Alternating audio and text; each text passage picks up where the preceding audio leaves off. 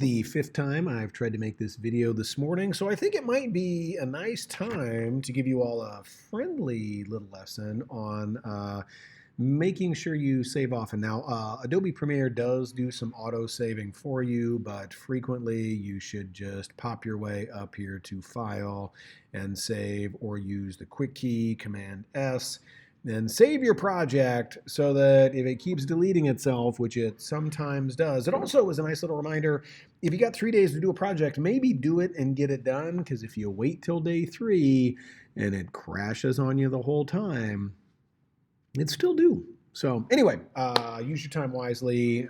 It's my pro tip for this video for you. It's a bonus because it's not even what I'm talking about. So anyway, you should have worked through the composition, the workspace overview, just to kind of get a feel for what these different boxes are and do in here. We showed how to trim some clips and move them around.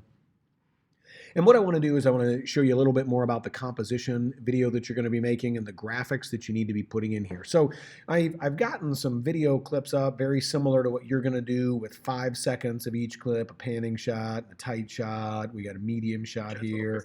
And then I got a sound bite. And what I want to do is not just put these into the timeline, but I want to label them so I could educate somebody on what these different shots look like and are. And that's what I want you guys doing. So you can make your own titles, but that's kind of silly. So let's go up here into this graphics panel, and that's really what we're going to be looking at for this video. And if I click there, it changes my windows around. Don't freak out too much. We see over here, though, there are some nice options under templates that we can scroll down through of some text items and options that we have. Now, some of these are a little bit more memory hoggy than others. We're just going to choose a pretty simple one, or at least I am in this video. You can choose something else if you would like. But essentially, what I want you to do is pick something, and then what you're going to do is use it as a title for each of your shots. So I'm going to choose this modern left, this modern title.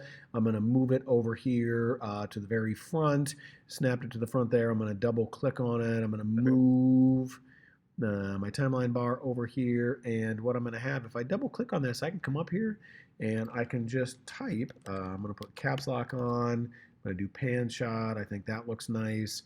I'm then going to take this pan shot that I have, and I'm going to move it over. You'll realize when it touches my title, watch, like right here, you're going to see that it's going to join up. Okay, there's going to be a little arrow that pops in there. It's going to show that the two are connected.